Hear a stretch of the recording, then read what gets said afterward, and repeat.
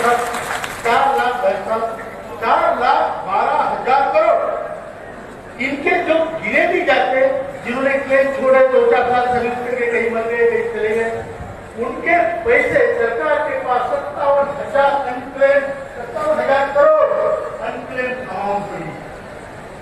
हमने इसके प्रस्ताव बनाया। ये प्रस्ताव हमने मंत्री जी को अभी हैदराबाद के इसमें दिए। और हर साल कार्यरत कर्मचारी केवल पेंशन में 90,000 करोड़ जमा करते हैं। तो ये सब मिला जुला के 5,70,000 करोड़ का जो ब्याज बनता है, उसमें आज हमारी पेंशन 10,000 हो सकती है। किसी से लेना नहीं, सरकार को कुछ बढ़ाना नहीं, हमारा पैसा नियोजित करके सिर्फ इंटरेस्ट से हमें 10,000 रुपए देते, तो उसमें से 260 करोड़ रुपया उनके पास बचता है। उनके पास बचता है। हमारे फक्त ब्याज से अगर इतना होता है, असल इनका बचता है। अब इन्होंने खौफा बना के रखा है, हायर पेंशन नहीं दे सकते, हायर पेंशन नहीं दे। अरे हायर पेंशन का हमने हिसाब किया। अगर हायर पेंशन ये देंगे मिनिमम पेंशन के साथ,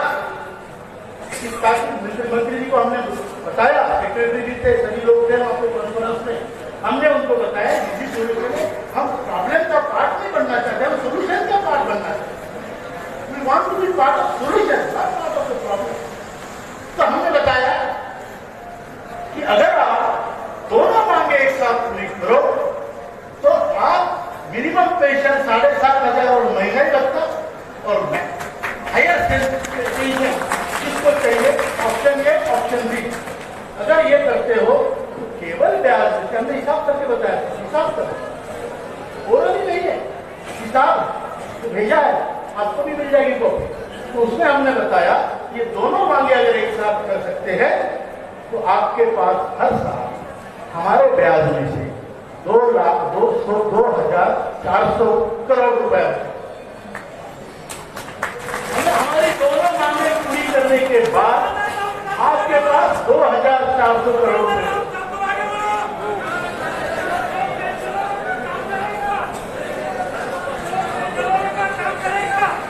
हिंदी में सबको समझ में आ रहा है?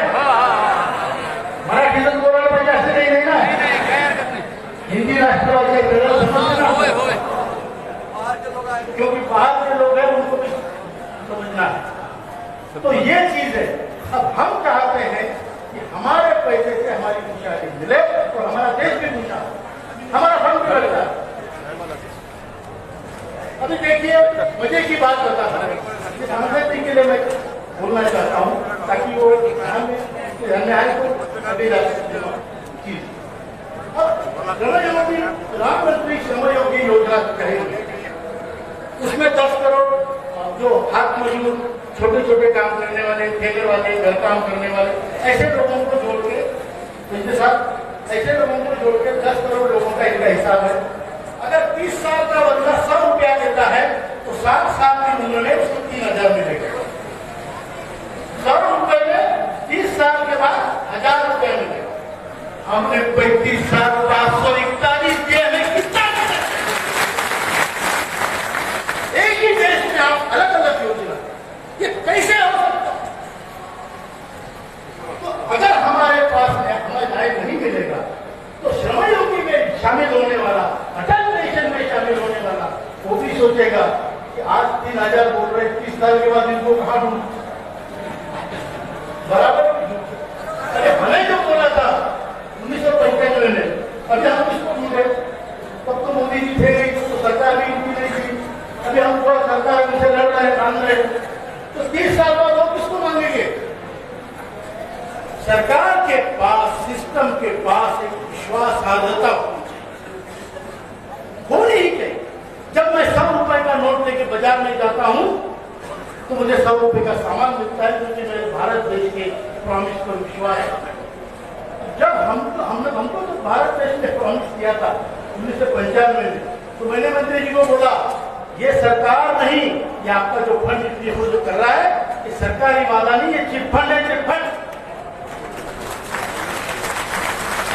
उन्होंने भी एग्री किया, वो तो थे डिसाइड करने के। लेकिन जो भी हमारी परमानेंट व्यवस्था है उसमें बदलाव नहीं होना चाहिए। एक प्रॉमिस आज दिया और प्रॉमिस पूरा होना चाहिए, तभी नागरिकों का विश्वास सरकार के पास।